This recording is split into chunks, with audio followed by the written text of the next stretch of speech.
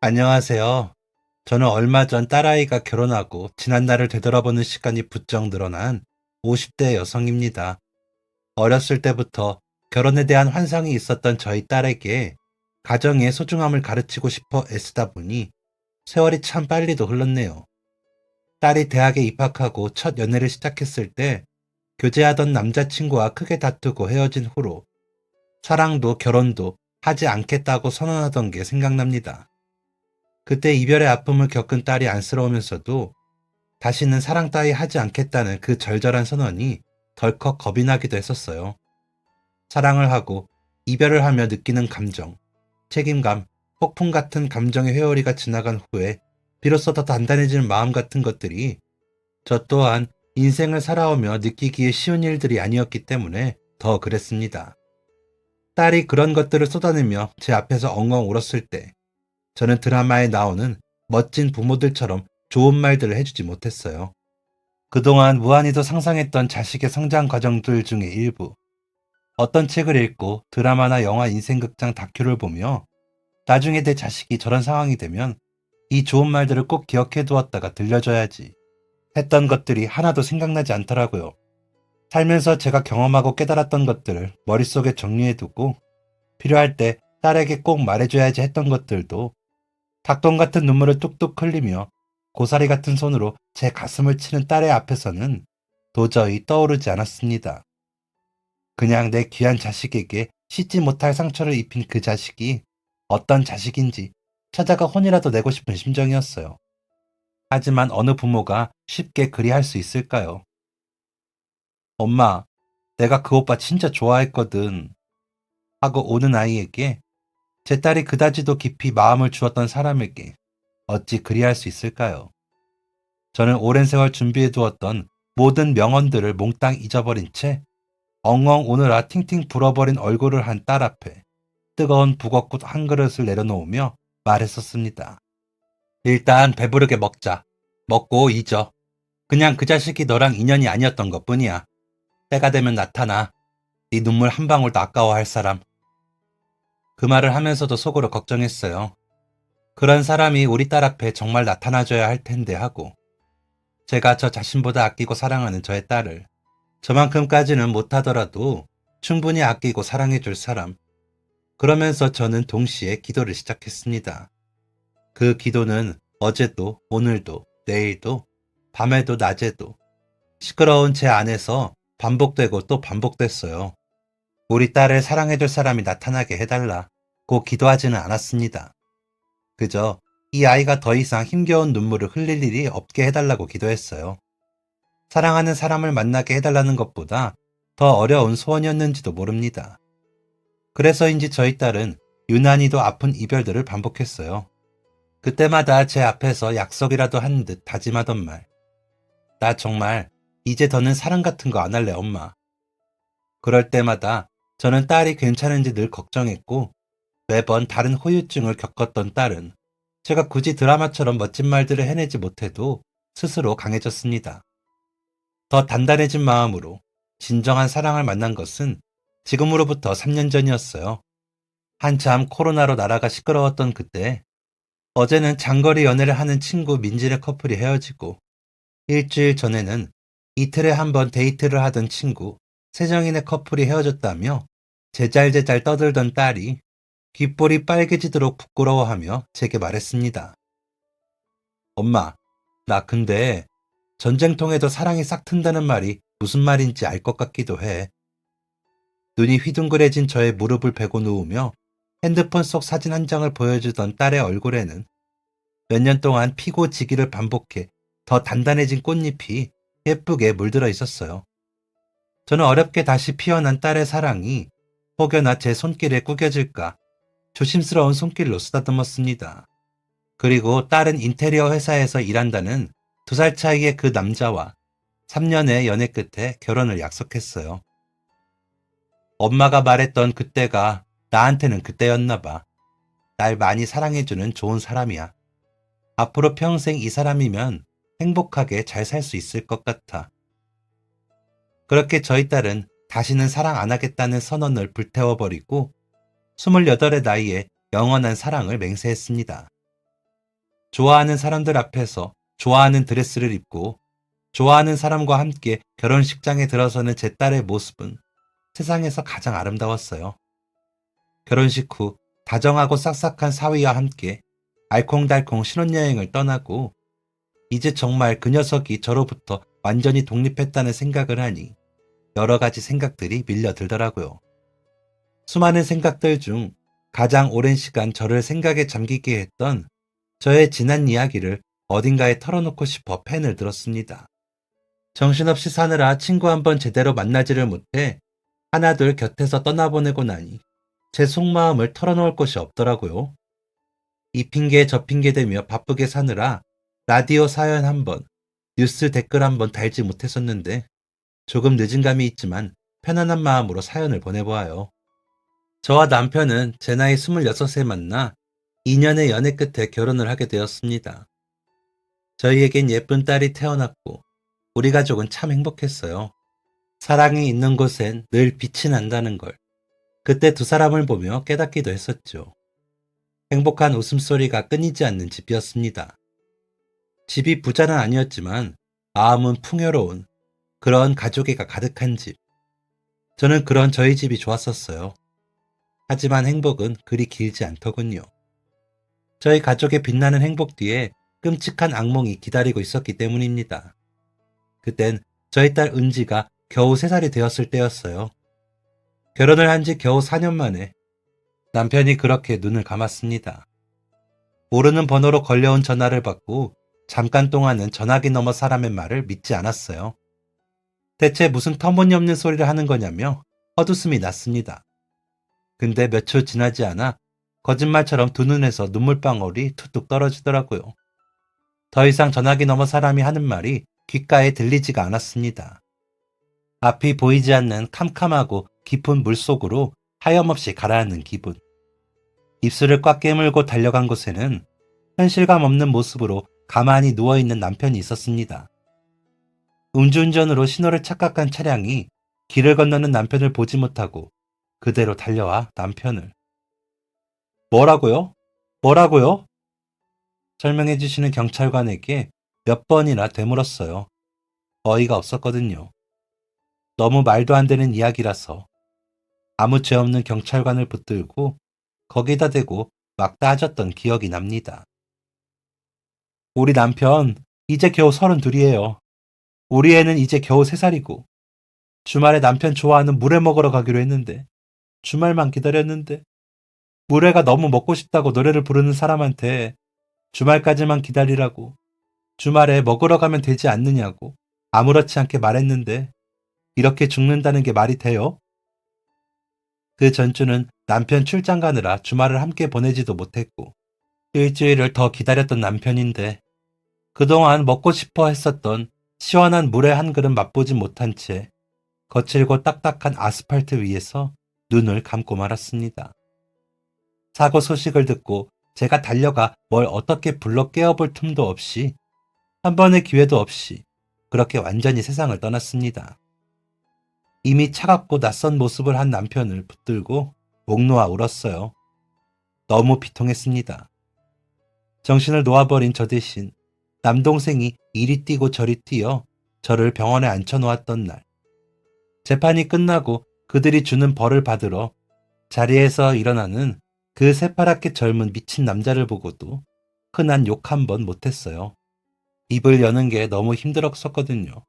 그 사람은 이미 하늘나라로 가버렸는데 저만 여기 남아 멀쩡하게 숨을 쉬고 말을 하고 살아간다는 것이 역겨웠습니다. 그래서 아무것도 하지 말아야겠다는 생각을 했었어요. 확 나도 따라 죽어버리자 생각도 했었습니다. 그런데 텅 빈 식탁에 멍하니 앉아있는 저에게 작은 여자의 한 명이 총총 걸어와 제 무릎을 끌어안더라고요. 그 아이는 은지였습니다. 그 아이가 은지라는 걸 인지한 순간 하하하고 탄식이 흘러나왔어요. 누군가 제 목구멍을 막고 있던 커다란 돌덩이를 확 빼낸 것 같은 느낌이었습니다. 왜? 꽉 잠긴 목구멍을 뚫고 한심한 목소리가 새어나갔습니다. 왜 은지를 잊고 있었을까, 내가. 엄마라는 사람이 어떻게 그런. 내가 미쳤지, 미쳤어. 대체 무슨 생각을? 제 무릎을 끌어안고 눈치를 보는 은지를 번쩍 들어 무릎 위에 앉혔어요. 그제야 입술을 삐죽이며 으앙하고 울음을 터뜨리는 은지의 뒤로 순식간에 곁에서 사라져버린 남편을 대신해 제 곁을 지켜주던 남동생이 서 있었습니다. 공중에 둥둥 떠다니던 여러 개의 비눗방울들이 동시에 타다닥 터지는 상상을 했습니다. 정신이 번쩍 들었어요.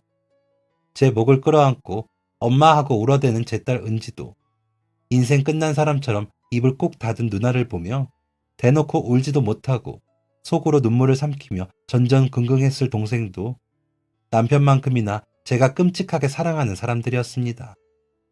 저 혼자만 고통에서 벗어나면 된다고 생각했었는데 제가 삶을 포기하면 누구보다 힘들어할 사람들이 제 곁에도 있다는 사실을 잊고 있었어요. 그런 제 눈빛을 읽은 건지 동생이 다가와 은지를 끌어안고 있는 저를 끌어안았습니다. 깨물고 있던 입술을 흑 하는 소리와 함께 풀어버린 동생의 입과 여기저기에는 그동안의 마음고생을 보여주기라도 하는 듯 여기저기가 터져 있었어요. 아주 어린 시절 저희 남매가 다투고 난 뒤 부모님의 등살에 억지로 끌어안았던 그때 이후 처음으로 동생과 하는 포옹이었습니다. 이런 일이 있기 전까진 그저 적당히 티격대고 적당히 사랑하는 평범한 남매였으니까요. 그렇게 저는 결혼 4년 만에 남편과 사별을 했습니다. 남편에 대한 안타까움과 비통함은 모두 이 가슴에 묻기로 했어요. 저는 여전히 누군가의 엄마였고 가족이었기에 어떻게든 남은 생을 살아내야 했습니다. 저로 인해 누군가를 평생 슬픔 속에 살게 할 용기가 없었습니다. 사랑하는 사람을 떠나보낸다는 것이 얼마나 커다란 슬픔인지 떠나보내봤기 때문에 더 잘할 수 있었어요. 남편 없이 아이를 데리고 살아가려면 지금 내가 제일 먼저 해야 할 일이 무엇일까? 여러 가지 일들이 있었지만 가장 급하고 어려운 문제는 복직이었습니다. 아이를 키우느라 그만뒀던 일을 다시 시작해야 하는 문제. 어떻게 다시 시작할지 고민을 하던 중 남편의 사망 소식을 듣고 장례식장에 찾아왔던 출판사 사장님이 했던 말이 떠올랐어요. 복직이 필요하면 언제든 연락달라는 말. 박 대리 일할 자리는 얼마든지 만들어주겠다는 말. 회사를 다니면서 저는 그리 유능한 인재도 아니었고 사장님과 가까운 사이도 아니었음에도 불구하고 사장님은 그렇게 말씀하셨었습니다. 재능 없는 저에게 이런 일이 일어날 것이 마음 쓰였던 것이겠지요. 저는 밤새워 망설이고 고민하다 다음날 오후가 되어서야 사장님께 연락을 드렸습니다. 그냥 위로차 했던 말씀이었을지라도 설사 제가 다시 그곳에서 일을 시작할 수 없게 된다 할지라도 감사하다는 말씀은 꼭 드려야 할 것 같았습니다. 그리고 그런 사장님이 어렵게 내어주신 호의로 인해 저는 은지를 출산하기 전 근무했던 출판사에 다시 복직하게 되었어요. 제 사정을 알고 계시는 사장님께서는 아이 어린이집에 보낼 비용까지 따로 챙겨주셨습니다. 너무 감사하고 죄송한 마음에 저는 집에 돌아와 아이를 재우고 난 후에도 회사 일을 보기 시작했습니다. 그걸 알게 된 사장님께서 그러지 말라고 화를 내셨지만 멈출 수 없었어요. 소규모 출판사라 일도 적고 글이 넉넉한 상황도 아니었을 텐데 없는 빈자리까지 만들어가며 저를 복직시켜준 사장님께 보답할 수 있는 유일한 방법이었습니다. 그때 제가 해드릴 수 있는 유일한 것은 열심히 일해 회사의 어떤 방면에서든 보탬이 되는 것이었어요. 매일 반복되는 일상을 살아가니 시간도 무서우리만큼 빠르게 흘렀습니다. 사별한 남편 생각이 문득문득 튀어나와 주저앉고 싶을 때도 많았지만 그럴 때마다 제 무릎을 끌어안던 그날의 어린 은지를 떠올렸어요. 1년에 딱 한 번 남편의 기일에만 목 놓아 울자. 늘 제 걱정뿐인 남동생과 약속을 하고 그렇게 5년이 흘렀습니다. 그동안 몇 번의 승진 기회가 있었음에도 불구하고 사장님에 대한 죄송함과 감사함에 미루고 사양하다가 새 직급을 달던 그 순간부터 상황이 악화되기 시작했습니다. 출판사가 어려워진 것입니다. 사실 그 전부터 힘들어지고 있다는 걸 어렴풋이 예감하고 있었어요. 눈치 빠른 몇몇 직원들은 이직을 하기도 했었습니다. 은지도 초등학생이 되었고 해서 저도 돈이 필요했지만 힘든 상황을 모른 척 할 수는 없었어요. 제가 힘들 때 손을 내밀어준 고마운 분이니까. 그래서 고민 끝에 승진을 다시 반납했습니다. 회사엔 대부분의 직원들이 떠나가고 정말 소수의 인원만 남게 되었어요. 사장님은 저를 조용히 불러 이직을 권하셨습니다. 하지만 그럴 수 없었어요. 다시 이렇게 보겠다는 사명감이 남아있었기 때문입니다. 월급이 들어오면 일부 금액을 떼어내 다시 사장님 손에 쥐어드렸어요. 같은 일을 누군가 해야 한다면 그 사람은 제가 되어야 한다고 생각했습니다. 그리고 저는 저녁 시간대를 활용해 아르바이트를 시작했습니다. 횟집 주방 아르바이트였는데 할만했어요. 낮에는 다시 출판사가 일어서기를 바라며 회사 일을 하고 저녁엔 횟집 주방 일을, 집에 돌아와서는 집안일을 하며 몸은 많이 힘들었지만 마음은 편안했습니다. 최선을 다해볼 수 있는 기회가 있다는 것이 제 마음을 편안하게 했던 것 같아요. 그렇게 눈코 뜰 새 없이 바쁜 나날을 보내던 어느 날, 피곤함에 하품을 크게 하며 아침 일찍 마트에서 장을 보고 있었습니다. 쇼핑카트에는 온통 우리 딸 은지가 좋아하는 것만 담겨가고 있었어요. 동그랑땡전이 먹고 싶다던 딸의 말을 떠올리며 동그랑땡을 집어 들었을 때 집 번호로 전화가 걸려왔습니다.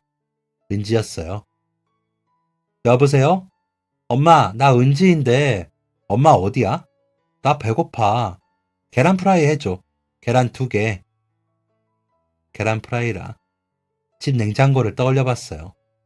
며칠 전까지 몇 알 남아 있었는데 한 손으로는 핸드폰을 붙들고 한 손으로는 쇼핑카트를 밀다 계란 코너가 눈에 들어왔습니다. 핸드폰 너머엔 잠이 덜 깬 은지가 칭얼거리는 소리가 들려왔고 전 잠시 카트를 자리에 두고 계란 코너에 가 계란을 한 판 손에 들었어요. 칭얼칭얼. 8살 먹은 어린이가 1살짜리 갓난 아이처럼 연신 칭얼댔어요. 그럼 저는 그 소리가 듣기 싫으면서도 한편으로는 마구 행복감이 밀려들어와 그 칭얼대는 어린이에게 애정이 섞인 잔소리를 늘어놓았죠. 아이고 우리 똥강아지 잠이 덜 깼어. 얼른 화장실 가서 세수하고 양치해. 새나라의 어린이는 일찍 일어나도 씩씩하지. 엄마 좀만 있으면 금방 가. 입이 삐쭉 튀어나왔을 귀여운 모습을 떠올리며 놔두었던 카트를 다시 끌고 계산대로 향했어요. 조금만 기다려 은지야. 엄마 금방 갈게. 아직 이불을 몸에 둘둘 감고 칭얼거리고 있을 은지에게 괜히 텔레파시를 보내보기도 하면서 말입니다. 그렇게 핸드폰을 가방에 집어넣고 지갑을 꺼내며 계산대 위에 구매한 물품들을 올리려는데 뭔가 이상했어요. 분명 제가 담았던 물건들이 맞긴 맞는데 제가 담지 않은 다른 물건들도 몇 개 보이는 것이 아니겠어요? 빨리빨리 합시다. 제 뒤에서 기다리고 있던 다른 손님이 제가 멀뚱히 카트만 내려다보고 있자 한 소리를 했습니다. 연신 죄송하다고 고개를 숙이며 카트를 다시 뒤로 뺐어요. 제가 끌던 카트가 아님이 확실했습니다. 어디서 누구랑 바뀐 거지? 머리가 혼란스러웠어요. 자세히 보니 아까 챙겨 담았던 숙주와 시금치가 빠져 있었고 물건들 가장 아래에 웬 남성용 속옷도 몇 개 담겨져 있었습니다. 큰일 났네 싶던 그때였어요. 저기요. 어디서 바뀐 건지 몰라 고뇌하는 제 앞으로 한 남자가 불쑥 카트를 들이밀었습니다. 혹시 이 카트가 제 카트인 것 같은데 그쪽이 장 본 거 맞으세요? 혹시 제가 밀고 있는 이거랑 바뀐 거 아닌지. 제가 장 본 것들이랑 비슷하게 담겨 있긴 한데 지금 이 카트엔 어린용 양말이랑 머리핀 같은 것들이 들어있더라고요. 아니라면 죄송합니다. 저는 남자를 쳐다보던 시선을 빠르게 내려 두 카트를 비교했어요. 동그랑땡, 숙주, 시금치, 계란 단무지. 남자가 끌고 있는 카트에 제가 장 본 것들이 담겨 있었습니다. 저는 서둘러 잡고 있던 카트에서 손을 떼고 자리를 비켜주었어요. 맞는 것 같아요. 죄송합니다. 네? 네. 저도 죄송합니다. 참 민망했어요. 그래서 어디서 무엇 때문에 바뀐 건지도 모르면서 냅다 사과부터 건넸습니다. 제 사과에 남자도 당황한 듯 말을 더듬으며 사과를 건넸어요. 그때까지만 해도 제 머릿속엔 그저 빨리 집으로 가야겠다는 생각뿐이었습니다. 그래도 무사히 계산을 마치고 집으로 돌아오니 은지가 뽀송하게 씻은 채 저를 기다리고 있더군요. 저 들어오는 소리에 의자를 딛고 올라가 밥솥을 열어 밥을 퍼고 식탁에 수저를 놓는 은지의 뒷모습이 너무나 사랑스러웠습니다. 이리 예쁘고 착한 아이가 제 뱃속에서 나왔다니 믿기지가 않아 마음이 간지러웠습니다. 엄마 왔다, 은지야. 그 소리에 은지는 방금 전까지의 행동과는 달리 잔뜩 심술을 부리는 표정을 하고선 왜 이렇게 늦게 왔느냐고 투정을 부렸어요. 부랴부랴 은지가 먹고 싶다던 계란을 구워서 식탁 위에 올리고 평소처럼 행복한 아침을 맞이했습니다. 그리고 그로부터 1년 정도가 더 흘렀어요. 회사는 어느 정도 안정이 됐고 사장님은 제게 박 대리가 발벗고 열심히 일해준 덕분이라며 다시 승진 이야기를 꺼내셨습니다. 하지만 제 눈엔 아직 다 채워지지 못한 직원들의 빈자리가 먼저 눈에 들어왔어요. 저는 홍보팀, 그러니까 일종의 영업팀 같은 곳에서 일을 하고 있었는데 편집팀의 일손이 부족해 힘든 한숨을 쉬는 것을 몇 번 본 적이 있었습니다. 그런데 뜬금없이 제가 승진을 한다는 건 이치에 맞지 않는다 생각했어요. 그래서 마지막이라는 생각으로 한 번만 더 마음을 쓰자는 결정을 했습니다. 저는 사장님께 조심스레 말씀드렸어요. 주제넘는 소리일지도 모르지만 편집팀이 많이 힘들어 보이는데 저 승진 대신 편집팀 인원을 충원하시면 어떻겠느냐고.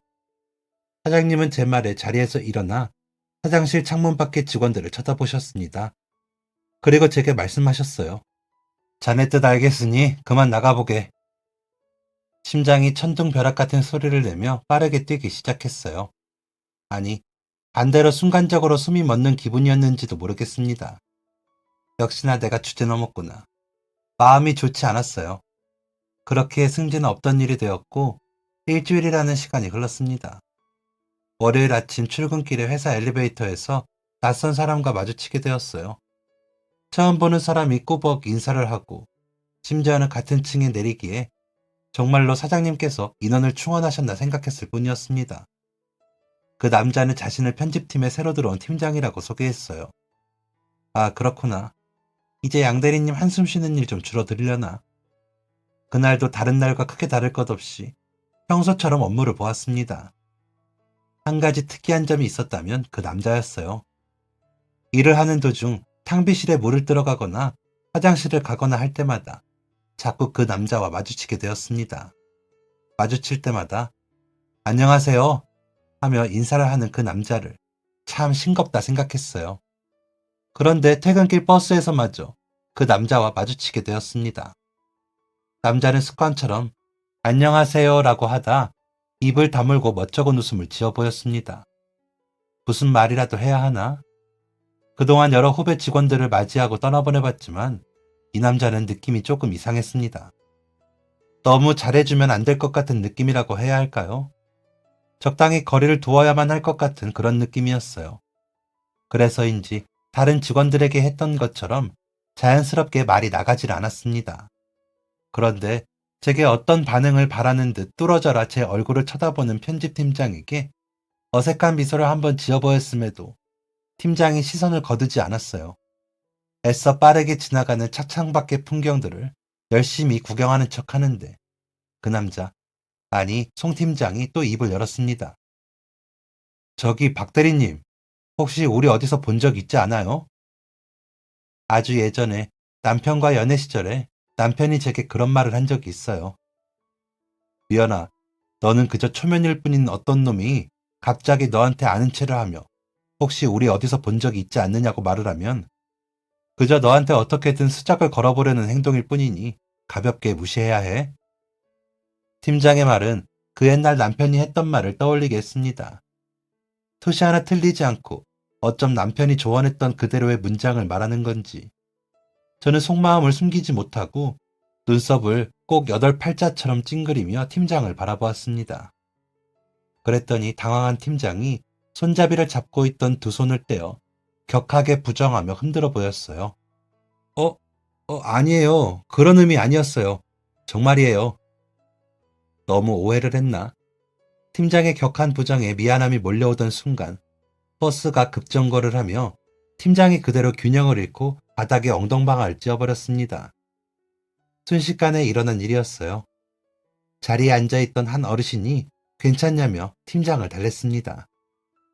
팀장은 한 손은 꼬리뼈를, 한 손은 얼굴을 감싸며 괜찮다고 옹알거렸어요. 괜히 저 때문인 것 같아 미안했습니다. 저는 버스가 멈춘 틈을 타 팀장의 팔을 잡고 자리에서 일으켰어요.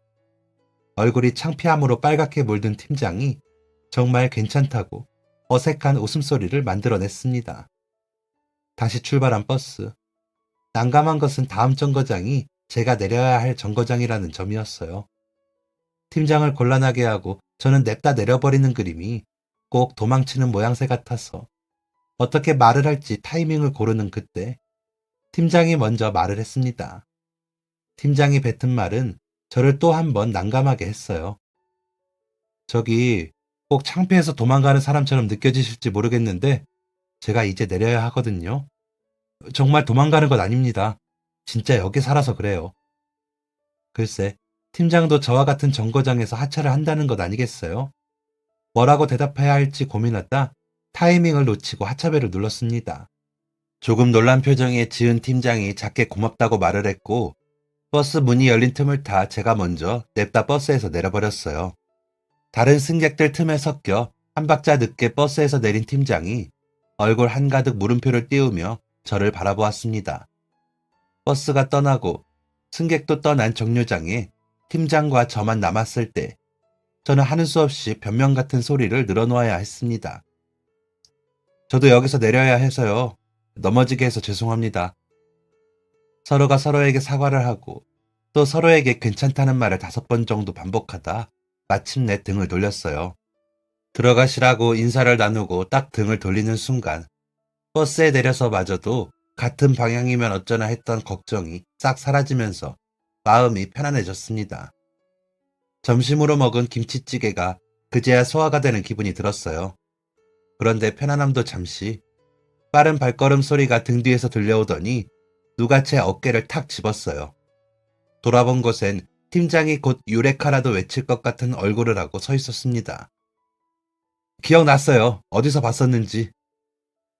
팀장은 길 건너에 있는 마트를 손가락으로 가리켰습니다. 그랬습니다. 알고 보니 팀장은 정말로 저를 어디서 본 것 같아 물었던 것이었고 그런 팀장과 저는 1년 전 마트에서 서로 카트가 바뀌었던 그래서 한번 얼굴을 본 적이 있었던 사이였던 것입니다. 솔직히 저는 얼굴이 기억나지도 않는데 팀장이 대단해 보였어요. 눈썰미가 좋아도 그런 것까지 기억할 수가 있나? 이상한 사람 취급을 했던 것에 사과를 하고 팀장은 속이 후련하다고 해맑은 표정으로 다시 길을 걷기 시작했습니다. 저 팀장님? 이쪽 방향 아니지 않으세요? 아깐 저쪽으로 가셨는데 여긴 제가 가는 방향이에요. 이제 미스터리가 풀렸으니 편하게 집에 가자는 팀장의 발걸음이 방금 전까지와는 달리 저희 집 방향으로 틀어지기에 붙잡아 세워 물으니 팀장이 말하기를 그야 어색하고 불편해서 거짓말로 그랬죠. 이젠 그럴 게 전혀 없네요. 속도 후련하고 편안합니다. 앞으로 출퇴근 같이 하면 되겠는데요. 말동무도 있고.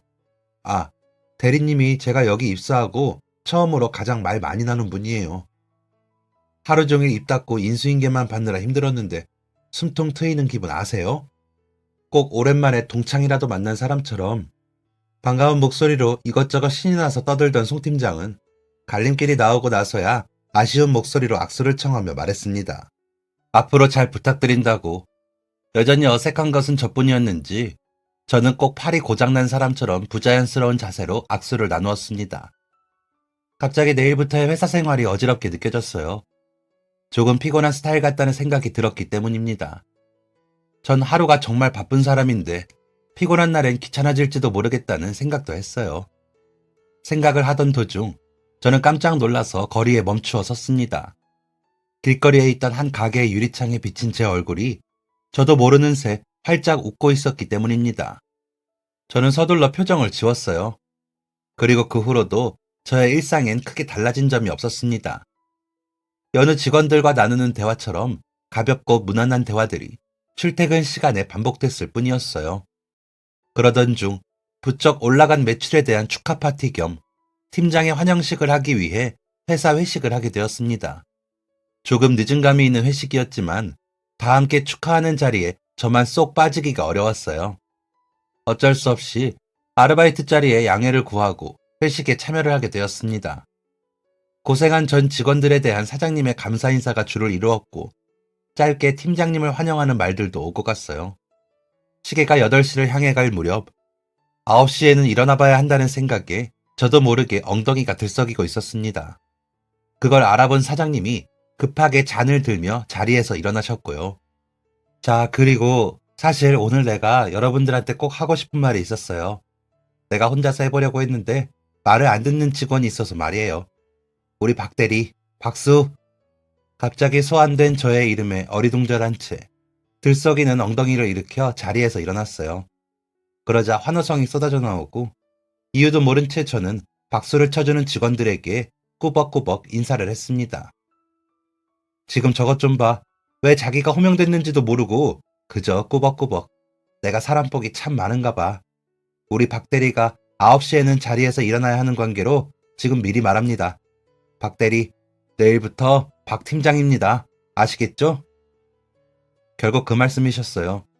그냥 따로 말씀하시면 될 것을 굳이 이렇게 직원들 다 있는 자리에서 제가 일을 하면서 어떤 커다란 성과를 낸 것도 아니라 더욱이 민망하고 부끄러웠습니다.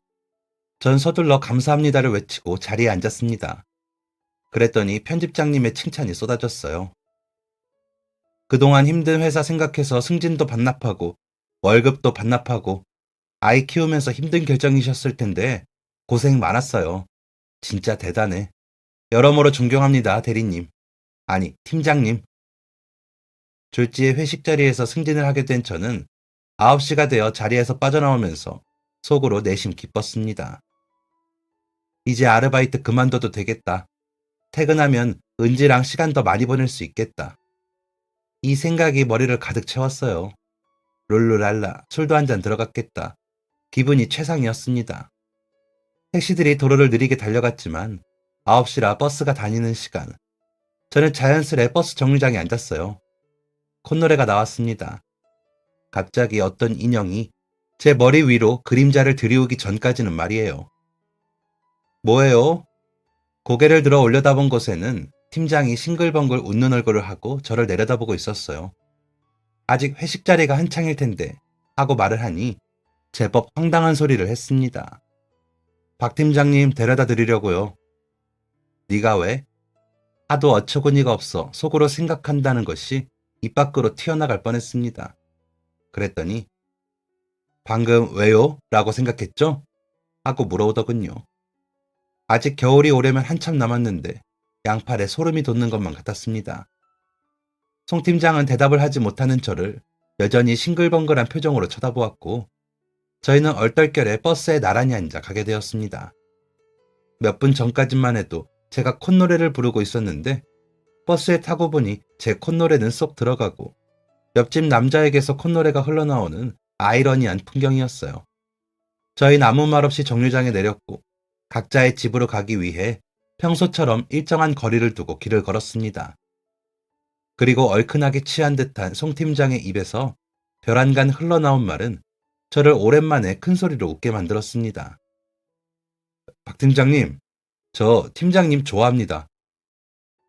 그래도 저 좋다고 용기 내어 고백한 사람 앞에서 박장대소를 한다니 무례한 행동인 걸 알았지만 웃음이 멈춰지지 않았어요. 한참 동안 배꼽을 부여잡고 웃다 눈물을 흘적이며 팀장님에게 말했습니다. 나 9살짜리 딸이 있는 애 엄마라고. 그런데 깜짝 놀라며 당황할 줄 알았던 송 팀장의 반응이 묘하게 이상했습니다. 그제야 얼굴을 자세히 살펴보니 조금 화가 난 듯한 표정이었어요. 웃음이 쏙 들어갔습니다. 알고 있어요. 그 정도 아는 것도 없이 냅다 좋아할 사람으로 보였나요, 저? 입사하던 날 직원분들이 말해줘서 알고 있었어요. 그리고 그날 마트에서 바뀐 카트에도 아이 걸로 보이는 것들이 있었고 박 팀장님은 저한테 마음 없으신 거 저도 알고 있어요. 새 연애보다 따님 생각이 더 간절한 분이시라는 것도 너무 잘 알고 저 만나달라고 때 안 써요. 제 나이가 30 중반이에요. 주변에서 왜 연애 안 하냐, 장가 안 가냐 많이 했었는데 이상하게 사랑이 쉽지가 않더라고요. 그래서 그냥 혼자 천천히 살아야겠다 생각했는데 이렇게 뜬금없는 곳에서 사랑이 시작될 줄은 몰랐어요. 당황하셨죠? 미안해요. 근데 한 번은 말해야 할 것 같아서. 팀장님은 저한테 아무 감정 없는 거 빤히 보이는데 제 심장이 한 번이라도 내뱉지 않으면 펑 하고 터져버릴 것 같아서 한 번 고백하는 건 괜찮잖아요. 그쵸? 그 이후로는 어떤 대화를 했는지, 어떻게 집까지 왔는지 기억이 나지 않습니다. 그냥 갑작스러운 사랑 고백에 쓸데없이 반응하는 심장을 밤새도록 주먹으로 때려가며 잠들기 위해 애썼던 것만 기억이 나요. 스스로에게 그렇게 주문을 외웠던 것 같아요. 네가 설레면 뭐 어쩔 건데. 너는 은지 엄마인데 지금도 그렇고 앞으로도 쭉 나는 은지 엄마다. 나는 은지 엄마다. 주문을 외웠는데도 제 마음을 다스리는 것은 쉽지 않았어요. 회사에서는 고백한 당사자보다 고백받은 제가 더 불편해하고 어색해하는 상황이 되어버렸죠. 가장 미치겠는 건 그동안은 아무런 생각 없이 그저 인간으로만 여겼던 송 팀장이 그날 이후부터 신경 쓰이기 시작했다는 것입니다. 그렇게 몇 달이 지났어요. 송 팀장이 입사를 하고 반년 정도가 흐른 셈이지요. 송 팀장은 변함없이 제게 다정했고 정신없이 사느라 만나서 마음 터놓을 편한 친구 하나 없었던 저는 은지를 보러 집에 놀러온 남동생을 붙들고 돌려 이야기를 꺼냈습니다. 이건 내 친구 중 이야기인데 하고 시작하지만 결국엔 저의 사연인 그런 이야기. 동생은 제 이야기가 다 끝날 때까지 기다리다 이렇게 말했습니다. 누나, 연애하고 싶으면 해. 연애하다가 결혼하고 싶으면 결혼도 해. 그 사람이 은지가 싫다면 은지 내가 데려다 키울게. 나는 누나가 사랑받으면서 살았으면 좋겠어. 진심이야. 동생의 말에 저는 그저 웃었습니다. 말도 안 되는 이야기라고 생각했어요. 그냥 제 마음속에 눈치 없이 피어나려는 사랑이라는 꽃망울을 꺾어버릴 수 있는 방법만이 알고 싶었습니다. 그리고 차참히 실패했어요. 핑계를 대자면 제가 그동안 사랑에 목말라 있었던 건지 제게 만나주지 않아도 된다며 심장이 터질까봐 한 번은 말하고 싶었다던 그 사람의 말이 제 마음에 씨앗이 되어버리고 말았습니다. 그 씨앗은 메말라버린 심장에 눈치 없이 뿌리를 내리고 싹을 틔웠어요. 그 사람을 대하는 저의 태도가 조금씩 달라지고 있다는 것을 나 자신도 모르지 않았습니다. 그렇게 또 6개월 정도의 시간이 흘렀어요. 저만 모르는 저희의 연애가 시작된 채로 말이에요. 아니, 저 자신도 알고 있었지만 모르는 채 했을 뿐이었습니다. 그러던 어느 날 잊을 수 없는 사건이 하나 일어납니다.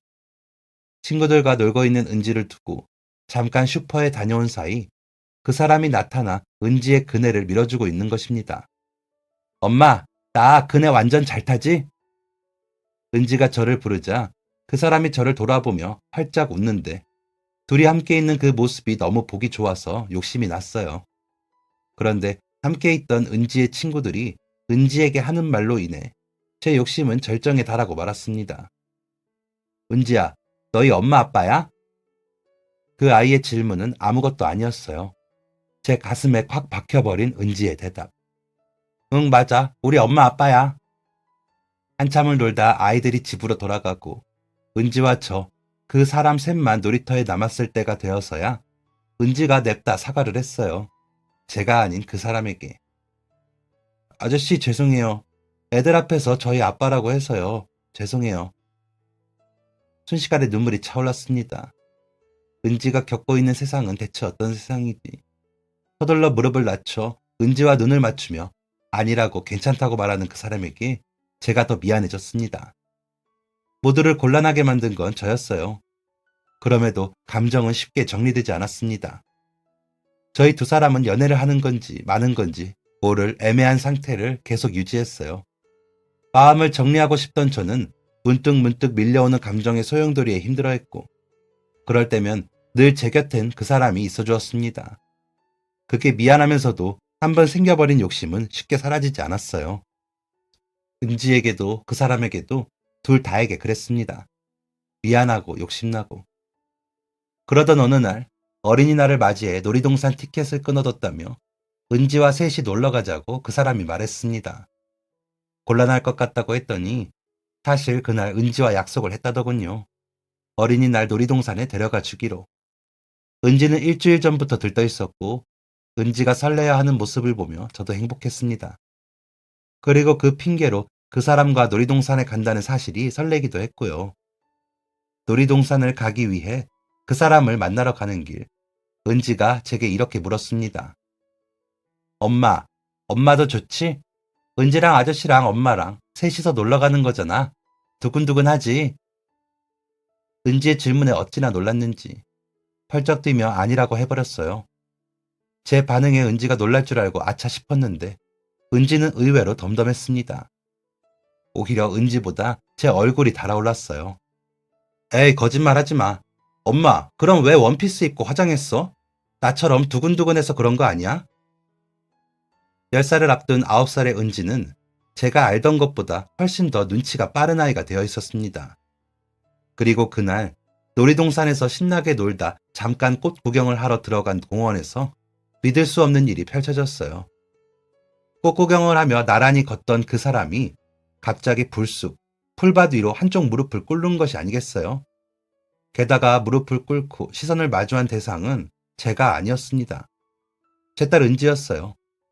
그 사람은 갑작스레 은지 앞에 무릎을 꿇은 것도 모자라 은지야, 아저씨 딸이 되어줄래? 평생 동안 은지 너를 사랑하고 지켜줄게. 약속할게. 라며 주머니에서 하트 모양 목걸이를 꺼내 은지에게 선물했습니다. 너무 예상치 못한 상황에 잔뜩 당황한 채 그 사람과 은지를 번갈아 봤어요. 눈치 없는 눈물샘은 때를 모르고 또 눈물을 쏟아냈습니다. 제가 저희 딸을 몰라도 한참 몰랐던 건지 당연히 화를 내거나 눈물을 흘리며 거절할 것이라는 저의 생각과는 다르게 은지는 즐거운 비명을 질렀습니다. 저한테도 드디어 아빠가 생기는 거예요? 은지는 진심으로 기쁜 듯 목걸이를 목에 걸고 제자리에서 방방 뛰었어요. 두 손으로 입을 가린 채 행복이 가득한 두 눈을 하고 저를 쳐다보기도 했습니다. 그리고 그 사람은 은지에게 한 것처럼 제게 다가와 똑같이 무릎을 꿇었어요. 훨씬 전부터 이미 터져버린 눈물샘은 멈출 줄을 몰랐습니다. 수영씨, 이 예쁜 이름을 처음으로 불러보네요. 이제 제가 마음껏 사랑한다고 해도 될까요? 예쁜 딸 은지에게도 당신에게도 평생 사랑하겠다고 맹세할게요. 나랑 결혼해줘요. 제가 이렇게 많은 사랑을 받고 행복을 누려도 되는지 얼떨떨했습니다. 하지만 그 순간 한 가지 확신이 들었어요. 이 사람과 함께라면 앞으로 어떤 고난도 헤쳐나갈 수 있겠다는 생각. 이제 저도 마음껏 사랑한다고 고백해도 된다는 안도감도 들었고 무엇보다 딸 은지가 행복해하는 모습이 저를 더 눈물짓게 했습니다. 그렇게 저는 의도치 않은 기나긴 줄다리기 끝에 3살 연하의 송 팀장과 새 가정을 꾸리게 되었습니다. 저도 참 웃음이 많은 사람이었다는 걸 이 사람이 아니었다면 다시 깨닫지 못했을 거예요.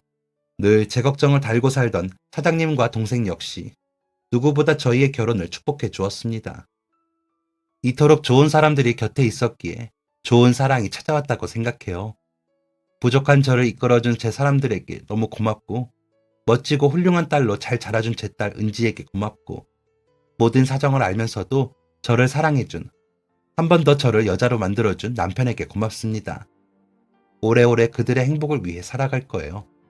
그들의 행복이 곧 저의 행복이니까요. 여러분은 어떤 행복과 함께하고 계신가요? 비록 지금 어두운 악몽 속을 지나고 있더라도 너무 많이 절망하지는 마세요. 언젠가 그 폭풍우 속을 헤쳐나갈 수 있게 될 것이고 또 다른 빛이 당신을 기다리고 있을 테니까요. 저는 앞으로 어떤 어둠이 다시 다가오더라도 그때의 기억으로 버티고 이겨낼 수 있을 것 같아요. 여러분도 꼭 그러셨으면 좋겠어요. 모두들 사랑하는 2023년이 되시길 바랍니다. 행복하세요. 감사해요. 지금까지 사연 들어주셔서 감사합니다. 사연이 재밌으셨다면 구독과 좋아요를 눌러주세요. 감사합니다. 안녕히 계세요.